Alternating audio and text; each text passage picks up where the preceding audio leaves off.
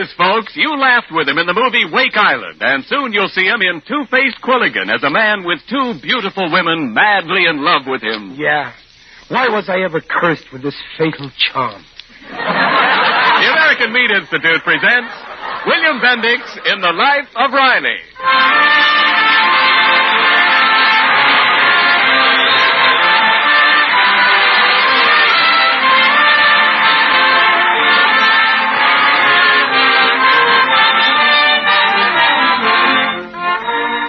The meat people of America, providing a great food for a great nation in great quantities. Yes, tremendous quantities.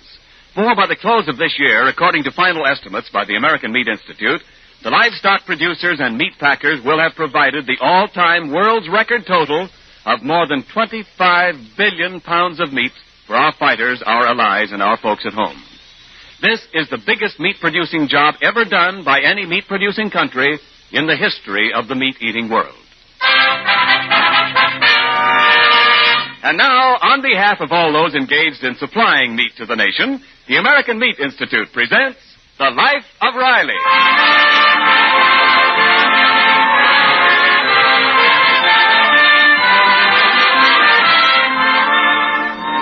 Some weeks ago, Riley helped his son Junior with his algebra homework, and by getting every problem wrong, almost wrecked the local school system.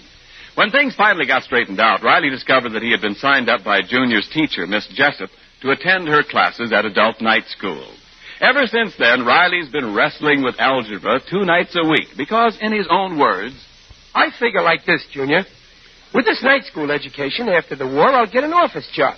I'll sit with my feet up on a desk. Sounds swell, Pop. Maybe I'll even get to be an executive. And then I'll have 2 desks, one for each foot. Boy, that'd be great if you were an executive. Then when I graduate from college, you can make me a vice president. Oh, nothing doing, Sonny.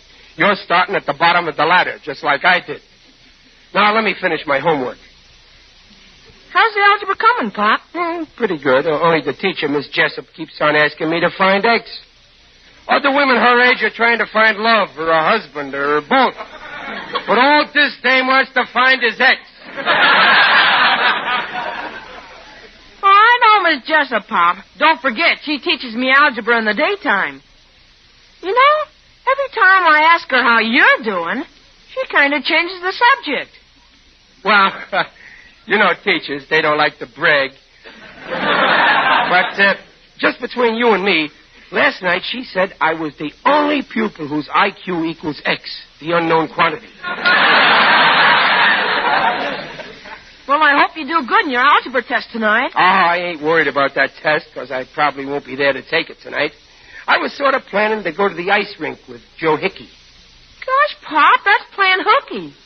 Well, if you want to put it that way, I'm playing hooky to see some hockey with Hickey. But listen, Pop, you gotta take that test tonight. And you gotta get the best mark in the class. I'm depending on you.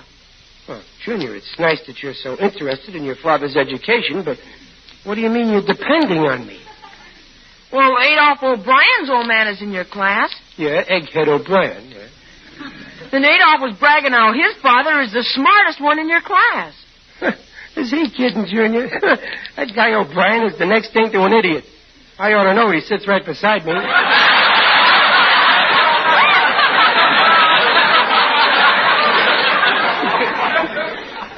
Oh, that's what I think. So I bet you'd get a higher mark than Mr. O'Brien. I put up cold cash. Junior, if I've told you once, I've told you twice. I never want you to gamble. Well, gee, Pa. Gambling's for suckers. When you bet your hard-earned money on a horse race or a prize fight, how do you know that the horse race or the prize fight ain't been fixed? But, Pop, this is different. I'm not betting on a race or a fight. I'm betting on your brain. Oh, yeah, that's true. It is a little different. My brain can't be fixed.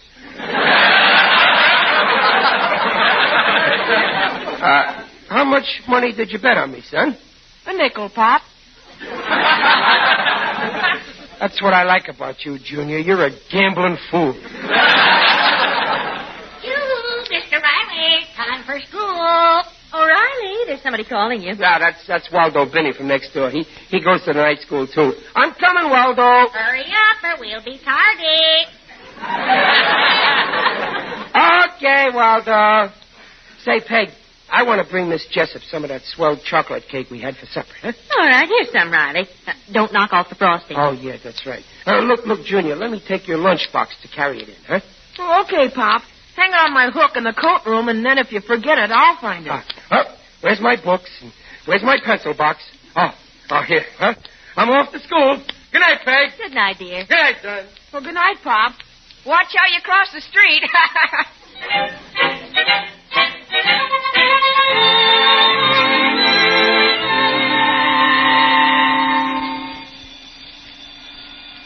Time is up. The class will please hand in all examination papers. I said time is up, Mr. Riley. Oh, gee, Miss Jessup, this is the only place where there's a law against overtime. Hurry, Mr. Riley. Hand in your paper. Mr. Riley, you have the most amazing faculty for always being late. You were also late for class tonight. Yeah, I know, teacher. On my way to school, I had to stop in the barber shop for a shave. Anyway, here's my test paper, and here's some chocolate cake. You can eat some of this delicious cake while you're marking my test paper. Thank you. Well, just put your paper on the desk with the others. Oh, sure, here. And I'll put the cake right next to it so you'll know it's my cake. One more thing, Mr. Riley. Mm-hmm. You were talking all during the test. In the future, I want you to sit in this front seat near me. Yes, ma'am. See, Waldo, I've been promoted. Good night, Mr. Riley. Good night, Mr. Binney. Good night. Good night. Mr. Riley, she didn't seem at all impressed with your chocolate cake. Waldo, I'm worried about my test. I think I'll leave her a little note. I'm going to spread the old oil. Let's see, what'll I say? Say, how about a poem? You know, roses are red, violets are blue, this cake is crumbly, and so are you. Waldo, how could you say a thing like that about our teacher? I don't know, Mr. Riley. When I get out of the house and away from my wife, I'm just a savage beast. Let's see now. What'll I say in the note? Writing poetry. Yeah, teachers like poetry. Let me see now. Dear Miss Jessup, roses are red, violets are blue, the chocolate cake is awful sweet, and so is Miss Jessup.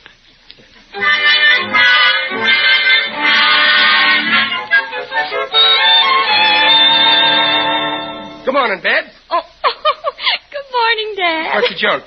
How was school last night? Okay, why? Who'd have believed it? My own father, a Casanova. Who's a Casanova? I'm a citizen of Brooklyn, and you know it.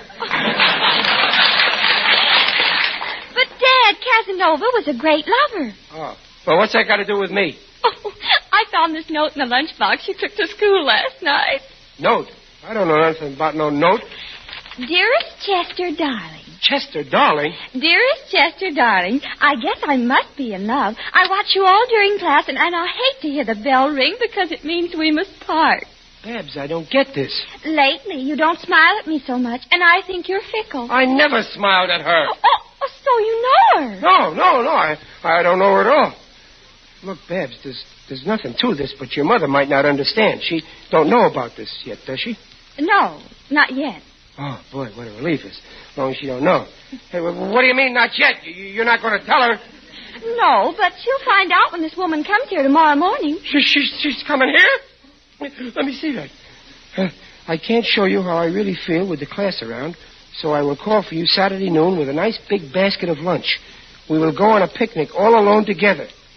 Babs, I got to find out who this picnic woman is before she comes here. Your mother will never forgive me. She don't like me to eat other women's cooking. Well, Dad, I think you better tell Mother about this. She won't believe me. Somehow I can never keep a straight face when I'm telling your mother the truth.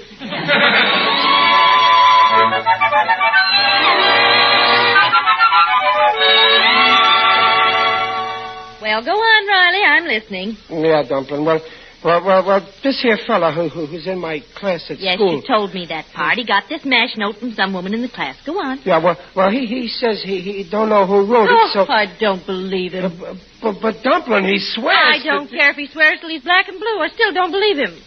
Women don't write love notes to married men unless they're encouraged. Pass the toast, Riley. Here, Dumpling. You know the saying, where there's smoke, there's fire. How old's this friend of yours? Huh? Well, he's about my age. No fool like an old fool. Friend ought to be ashamed at his age. Puppy love. Well, in this night school, the kind of women we got in the class, it's more like old dog love. Gee, my friend is sure in a spot, isn't he? You don't think he should tell his wife he don't know this woman? Huh? Well, he can try, but no woman in her right mind would believe a cock and bull story like that. That's what I think. Look, Dumpling, supposing I was the fellow who got the love note, Don't be silly, Riley. Who's going to write you love notes? Pass the sugar. Well, just suppose. Just let our imaginations run amok. Just suppose this here woman showed up at our house tomorrow, like she says in the note, to take me on a picnic. What would you do? Well, I don't know exactly, but I can tell you this much. It wouldn't be a picnic for either of you. What's the matter, Riley? Why are you pushing your eggs away? Haven't even touched them. This friend I'm talking about took away my appetite. Oh, stop feeling sorry for your friend. He deserves everything he's going to get. Yeah. Something tells me he's going to get plenty.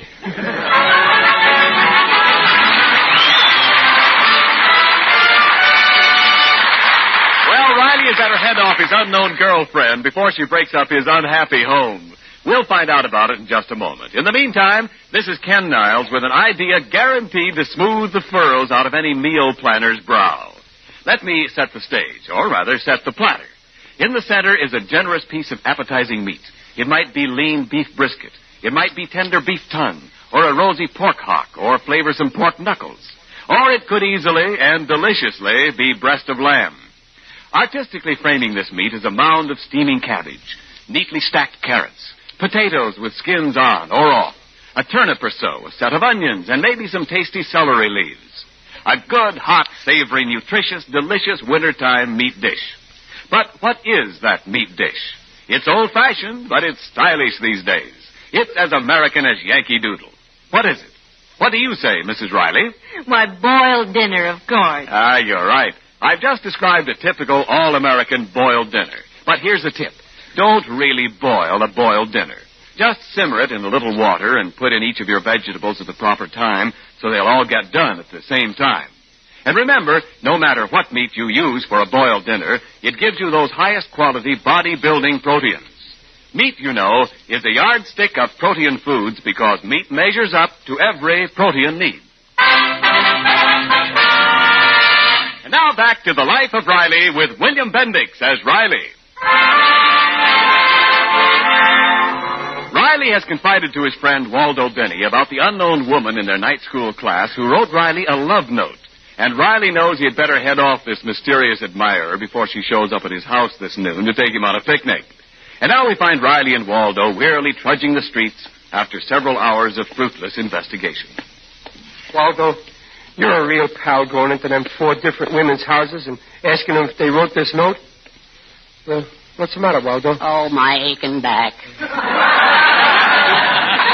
That last one, Miss DeBisco, when I asked her if she was in love with you, she threw me down the stairs. Oh, then I guess she ain't. Waldo, if I don't find out who sent me that note in a hurry, I'm going to be in an awful fix. Well, Miss Pepperito's our last suspect. There's where she lives, Riley, in back of that fruit store there. That big guy in there is her father. Well, I might as well face it. Go on in, Waldo. I'll wait here. No, Mr. Riley, I'm too exhausted. Well, this is the showdown. If I don't get Miss Pepperito to give me up, I'm cooked. Well, here goes. Good evening, Mr. Pepperito. No stick of that, sir.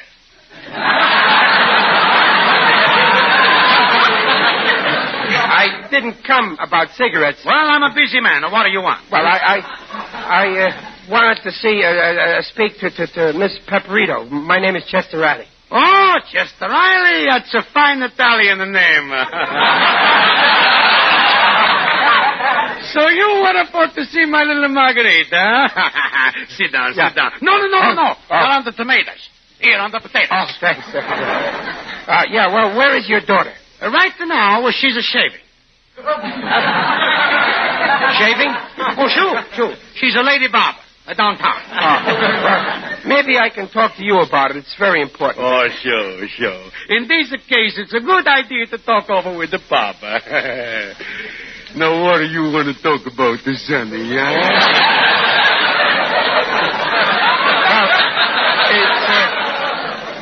It's about a note, a love note. Oh, the love. Oh, sole mio. No, Mr. Pepperito. Mr. Pepperito, no, look. No, wait, Mr. Pepperito. Excuse me. When it's a come to love, I'm an old sentimental piece. Now, what about this note, huh? Maybe I better read it to you. Sure. It goes like this. I love you. I'm in love with you. I watch you all during class. And I hate to hear the bell ring because it means we must part. You want for me to show this note to Margarita? Yeah, and... You're too bashful to propose a face-to-face, huh? No. That's okay. It's no shame. But don't you worry. For Margarita, I'm going to say yes. Congratulations. Here, come, kiss your papa. Now, wait. No, don't do that. Here, have a bunch of grapes. Delicious grapes. I'm so happy. After 40 years, Margarita at last she get married. Oh, this is a great year. First Italy, she's liberated, and now me.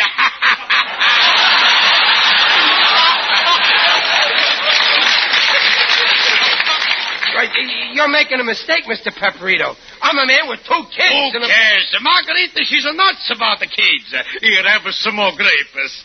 Sleeveless grapes. Well, thanks, but I'm already married. I got a wife, Mr. You're married? Yes.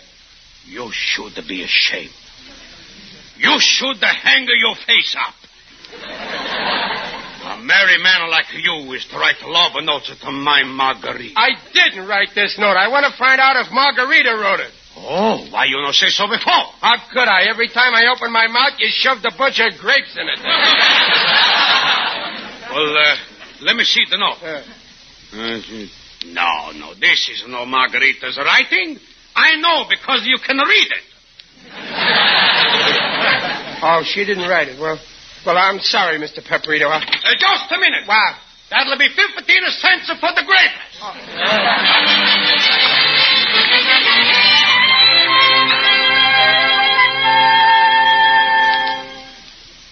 I can't understand it, Waldo. Not one of these 5 women wrote the note. Well, there's only one thing to do. Cherchez la femme. Never mind that. We got to find a woman. Oh, my stars, Mr. Riley. What? We've been blind. If the match note wasn't written by a pupil, then it must have been written by a teacher. Miss Jessup? Of course. Didn't the note say that she couldn't show her affection in front of the class? Wasn't Miss Jessup in the coat room where your lunchbox was while we did the test last night? Yeah, but... It's your fault, Riley. Huh? You led her on. Now, what? You gave her cake. You wrote poems to her. You played on this woman's heartstrings and aroused the tender passion in her bosom. I'm a cad. But what am I going to do, Waldo? Go to her like a man. Tell her you respect her, but she can never be more than a sister to you, and you can never be more than a brother to her. No, I can't do it. Well, it's either that or you'll have her on your doorstep in an hour. Yeah, you're right.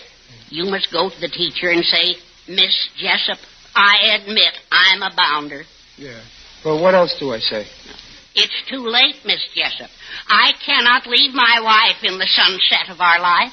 Yeah, the sunset. That sounds good. I'll say that word for word.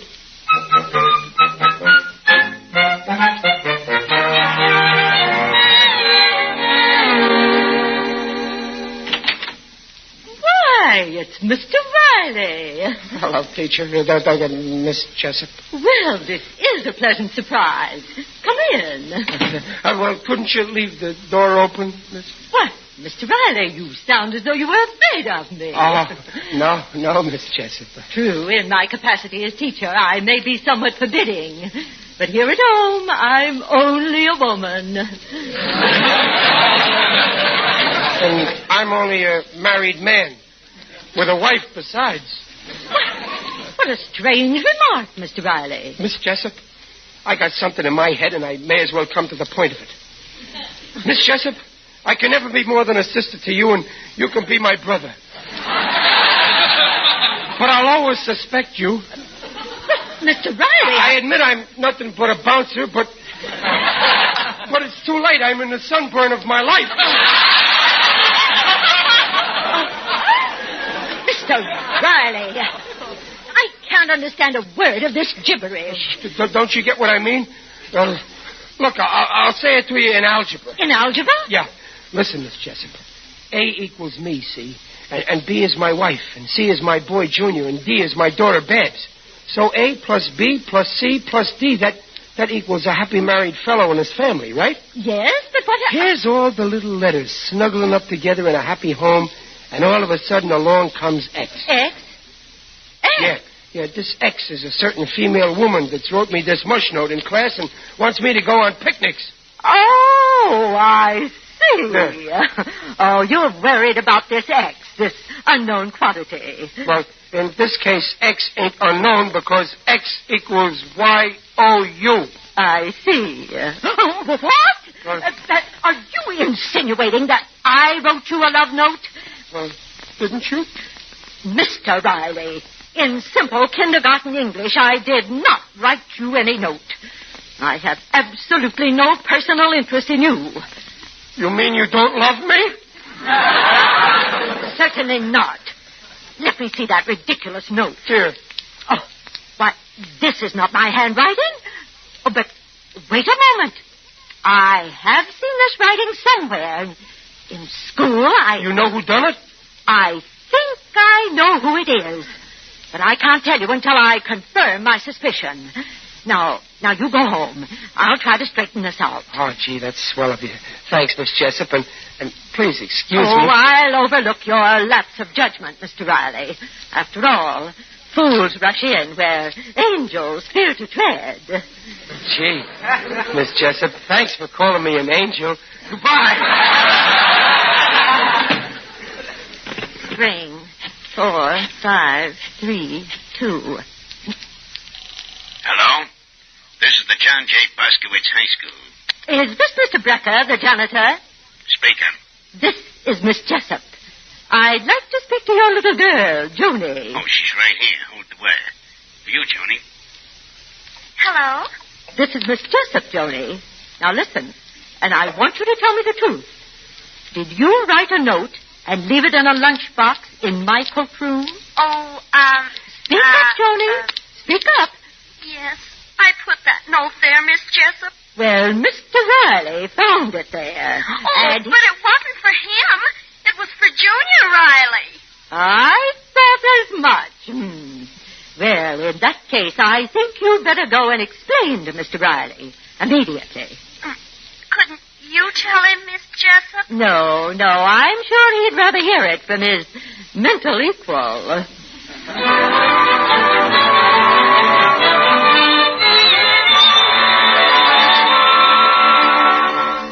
Now, Riley, will you stop? I told you a dozen times I won't go to a movie on Saturday morning.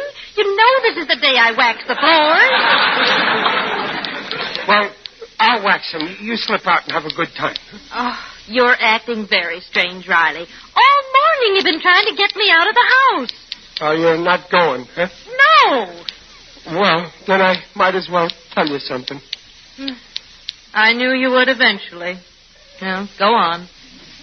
Dumpling, you know that love note that I was telling you about, the one my friend got? Well? Well, I'm my friend. Oh, so that's it. Yeah. Well, I suspected as much. You were so worried. Dumpling, ain't you jealous? Why should I be jealous because some fat and dumpy middle-aged frump writes you a silly note? Now, wait a minute, Peg. How do you know she's fat and dumpy and middle-aged and a frump, huh? Well, after all, dear, I love you because I know your sweet side. But you're no Romeo. Oh. So you don't think a beautiful young girl could fall for me, huh? Riley, I know there's a shortage of men, but really it isn't that bad. Oh, is that so?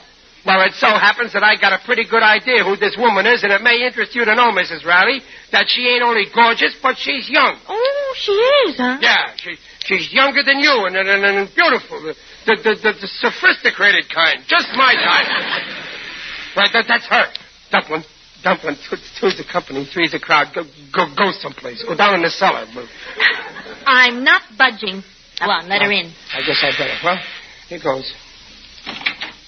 Hello, Mr. Riley. Oh, hello, Joni. You'll find Junior in the backyard. It's you I wanted to see first.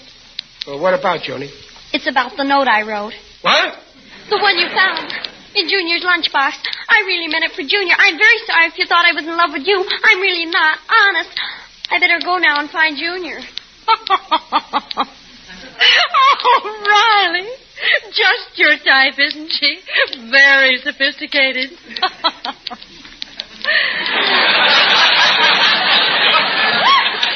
Well, Riley, haven't you got anything to say? Well, I wasn't so wrong after all. She is younger than you, ain't she?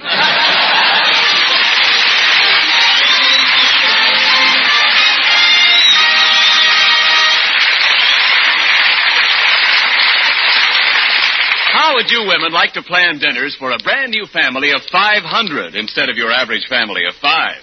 Well, that describes what the hotels are up against these days.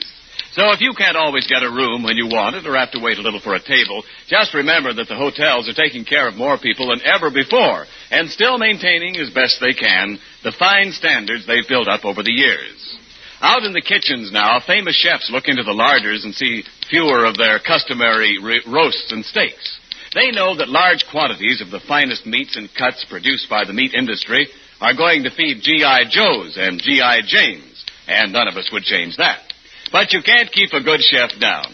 Resourcefully, the hotel chefs of America have turned their skill to tasty, bubbling stews, crisply browned spare ribs, richly braised ox joints. They serve up Swiss steaks that are fragrant and juicy, artfully seasoned hamburger, kidney stews that are masterpieces. The meat industry's hats are off to the hotels and hotel chefs of America for the grand wartime job they're doing.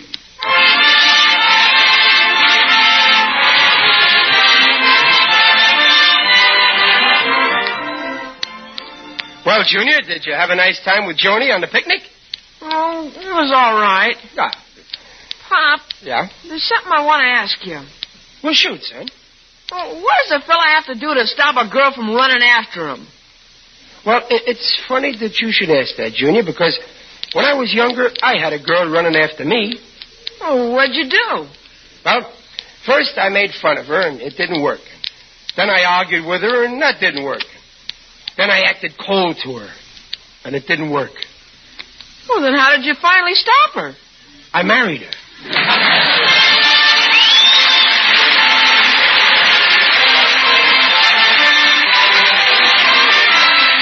Follow The Life of Riley, starring William Bendix and sponsored by the American Meat Institute next week at this same time. Riley has an hilarious predicament with a mysterious Christmas package, and one Digger Odell, the Undertaker, straightens him out. William Bendix appears on this program by arrangement with Hal Roach. The Life of Riley was directed by Don Bernard with music by Lou Kozloff and came to you from Hollywood. This is Ken Niles saying, see you next week. This is the Blue Network. 730 KECA Los Angeles. Transcribed.